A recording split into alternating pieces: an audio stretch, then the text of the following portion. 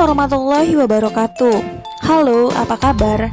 Berjumpa lagi bersama saya, guru virtual mata pelajaran Bahasa Indonesia. Nama saya Rosvita Nurfazriyah. Kali ini saya akan menyampaikan materi kelas 7. Namun, sebelum menyaksikan penjelasan dari saya, silakan like, komen, dan subscribe ya. Hari ini kita akan membahas mengenai struktur dan kaidah kebahasaan dari puisi rakyat atau puisi lama. Seperti yang sudah saya jelaskan sebelumnya bahwa puisi rakyat atau puisi lama merupakan salah satu jenis sastra lama yang masih terikat pada beberapa aturan, baik itu aturan bait, aturan larik, aturan rima, dan juga dari segi bahasanya.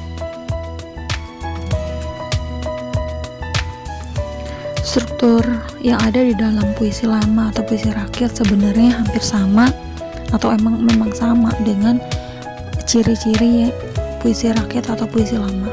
Tapi ini lebih dispesifikkan lagi bahwa ada perbedaan antara pantun, gurindam, dan syair.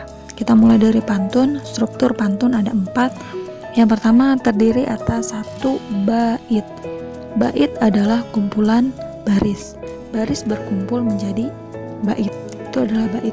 Hanya ada 1 bait saja, di mana dalam 1 bait itu terdapat 4 baris atau 4 larik. Jadi itulah kenapa pantun itu selalu ada 4 baris, karena memang syaratnya seperti itu. Hanya 1 bait dan 1 baitnya terdiri atas 4 baris. Nah, baris 1 dan 2 itu disebut dengan sampiran. Baris 3 dan 4 disebut dengan isi. Sampiran itu seperti halnya cangkangnya, sedangkan 3 dan 4 adalah isinya. Perhatikan pada contoh pantun di sebelahnya. Ambillah kapas menjadi benang, ambillah benang menjadi kain. Kalau kamu ingin dikenang, berbuat baiklah dengan orang lain. Nah, lihat, ini baris 1 dan 2 itu disebut dengan sampiran, ini masih cangkangnya. Sedangkan isinya, isi ini berarti kandungan dari si pantun sendiri. Biasanya pantun itu kan berisi nasihat. Nah, ini adalah nasihat atau pesan yang ingin disampaikannya. Ini terdapat pada baris ke-3 dan juga ke-4. Nah, jadi pesannya apa? Kalau kamu ingin dikenang, berbuat baiklah dengan orang lain. Maka kesimpulannya adalah berbuat baiklah kepada sesama, kepada orang lain, supaya kamu dikenang oleh orang lain. Nah, karena biasanya orang lain hanya mengenang apa yang terbaik, apa yang hal baik yang kita lakukan. Yang kedua adalah struktur gurindam. Nah, gurindam ini agak sedikit berbeda dengan pantun, karena gurindam itu hanya terdiri atas 1 bait juga, hanya saja 1 bait terdapat 2 baris. Kalau pantun itu 4, maka gurindam hanya 2. Tapi biasanya gurindam ini memiliki satu tema yang sama, sehingga gurindam-gurindam ini disatukan. Nah, baik itu gurindam maupun pantun, ini tidak memiliki judul, tanpa judul. Jadi nggak tahu judulnya apa, memang tanpa judul. Nah, baris 1 itu disebut dengan masalahnya, baris kedua disebut dengan isinya. Oke, perhatikan contoh gurindam sebelahnya. Apabila kelakuan baik berbudi, hidup menjadi indah, tak akan merugi.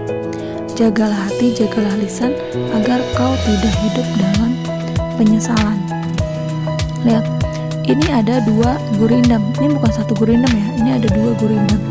1 gurindamnya itu hanya 2 baris, jadi ini ada 2 gurindam. Baris pertama adalah masalahnya. Masalahnya apa nih yang pertama? Apabila kelakuan baik berbudi, itu adalah permasalahannya. Jawabannya adalah hidup menjadi indah, tak akan merugi. Jadi kalau kamu berbuat baik, memiliki budi yang baik, maka hidup itu menjadi indah dan gak ada ruginya. Yang kedua juga sama, jagalah hati, jagalah lisan. Kalau kita menjaga hati, kalau kita menjaga lisan, nanti hidup kita tidak akan dalam penyesalan. Jadi kita menjaga hati, menjaga lisan. Itu adalah pesannya agar kau tidak hidup dengan penyesalan. Biasanya gurindam itu langsung to the point ya.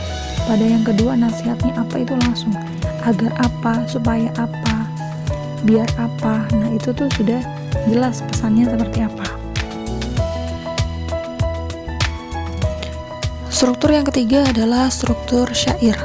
Nah syair sendiri ini berbeda dengan pantun dan gurindam karena dari segi struktur syair ini memiliki baris yang sangat banyak. Ya masih satu baitnya masih ada 4 baris. Tadi atas 4 baris dalam satu bait, tapi biasanya tidak hanya ada 1 bait saja. Minimal ada 2 atau 3. Nah, itu. Lalu semua larik atau barisnya adalah isi, nggak ada cangkang, nggak ada sampiran, tapi semuanya adalah isinya. Kita perhatikan contoh yang di sebelahnya. Perteguh jua alat perahumu, hasilkan bekal air dan kayu. Dayung pengayuh taruh di situ supaya laju perahumu itu. Wahai muda, kenali dirimu, ialah perahu tamsil hidupmu. Tiadalah berapa lama hidupmu, akhirat jua kekal hidupmu. Ini sebenarnya adalah contoh syair perahu karyanya Hamzah Fansuri, penyair yang sangat terkenal pada zamannya. Semuanya adalah isi. Ini kalian tidak bisa melihat dari 2 bait ini saja untuk melihat isi secara utuh. Ini aslinya ada 5 bait kalau tidak salah. Jadi untuk mengetahui isi kandungannya itu harus dibaca semuanya. Ini seperti halnya puisi modern. Bedanya adalah ini terikat pada aturan, sedangkan puisi modern kan enggak. Nah, puisi modern dengan puisi lama yang ini kan bagian syair kita harus tahu, kita harus baca semuanya supaya kita tahu kandungannya apa. Semuanya isi, tapi akan ada inti atau isi dari keseluruhan atau simpulan dari keseluruhannya, dan itu harus dibaca secara menyeluruh. Tidak bisa kita baca sepotong-sepotong sehingga tahu artinya, enggak. Tapi kurang lebih syair ini menceritakan mengenai kehidupan kita di dunia yang akan merujuk pada kehidupan kita selanjutnya, itu di akhirat. Baik, kita akan memasuki penjelasan selanjutnya mengenai kaidah kebahasaan puisi rakyat. Kaidah kebahasaan puisi rakyat sebenarnya kalau secara diringkas bahasanya adalah menggunakan bahasa yang Melayu ya, karena sebagian besar memang adanya dari bahasa Melayu. Seperti syair itu bahasanya Melayu, pantun, gurindam sama, meskipun asalnya berbeda-beda. Kayak gurindam dari India, syair dari Persia, lalu pantun yang benar-benar dari Melayu. Tapi kurang lebih makin kesini bahasanya puisi rakyat atau puisi lama itu selalu diidentikan dengan bahasa Melayu. Jadi bahasanya kadang-kadang orang Indonesia sendiri pun tidak bisa langsung mengerti, tidak bisa langsung paham, perlu beberapa kali mencerna bahasanya. Tapi dari segi kaidahnya, kaidah kebahasaan dalam puisi rakyat itu menggunakan beberapa jenis kalimat. Kita bahas satu persatu. Mulai dari kalimat perintah. Kalimat perintah adalah kalimat yang berisi atau bermaksud memberi perintah atau suruhan.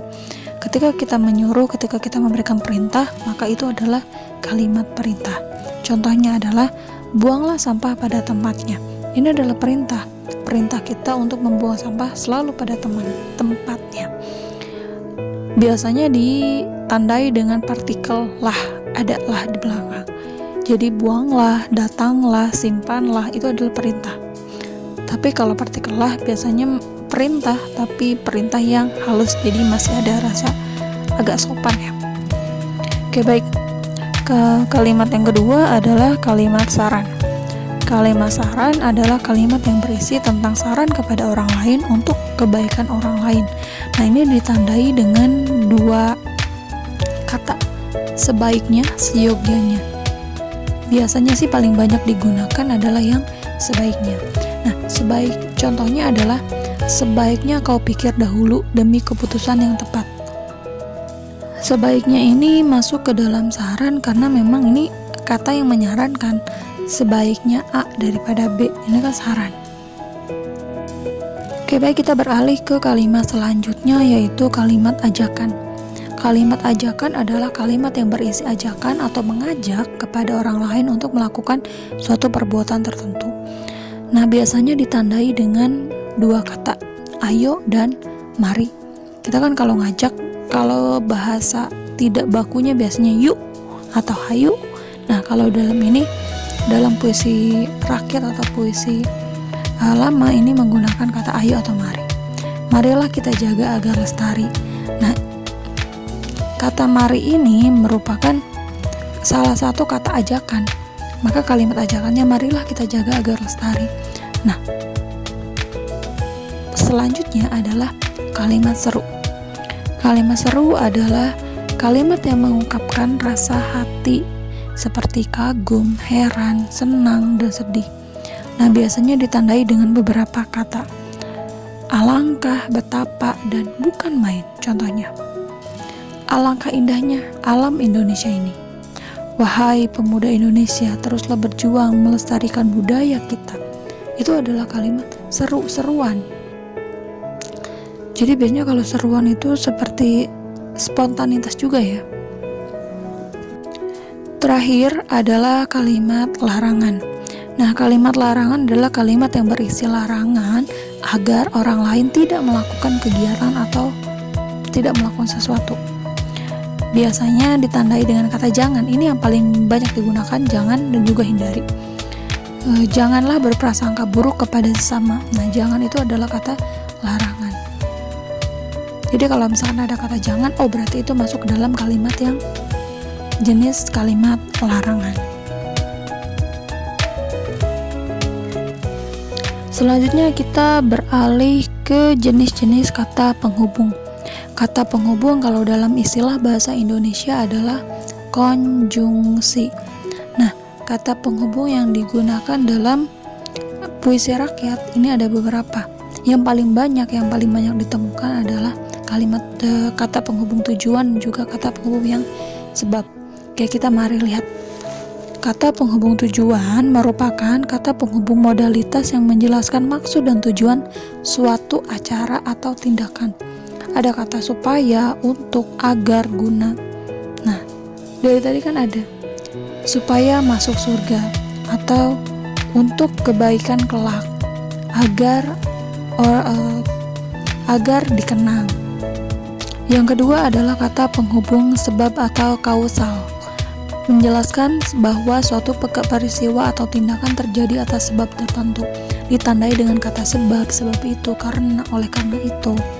Nah, ini biasanya banyak digunakan dalam puisi rakyat, syair banyak menggunakan ini. Selanjutnya adalah kata penghubung akibat. Kalau ada sebab pasti ada akibatnya.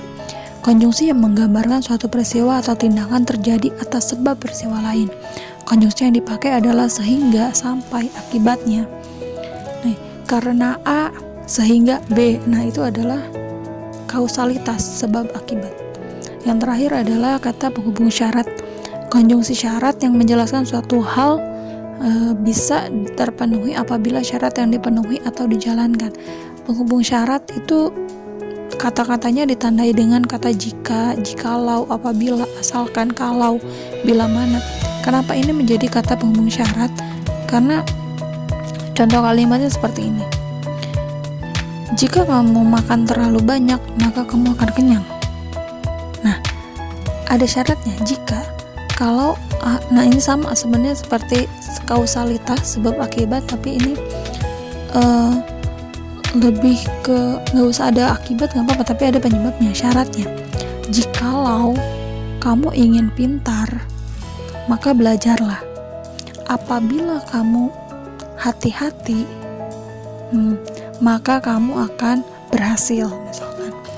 Nah, jadi kata penghubung syarat itu mirip dengan kausalitas, tapi ini hanya dalam satu kalimat, bukan dua kalimat.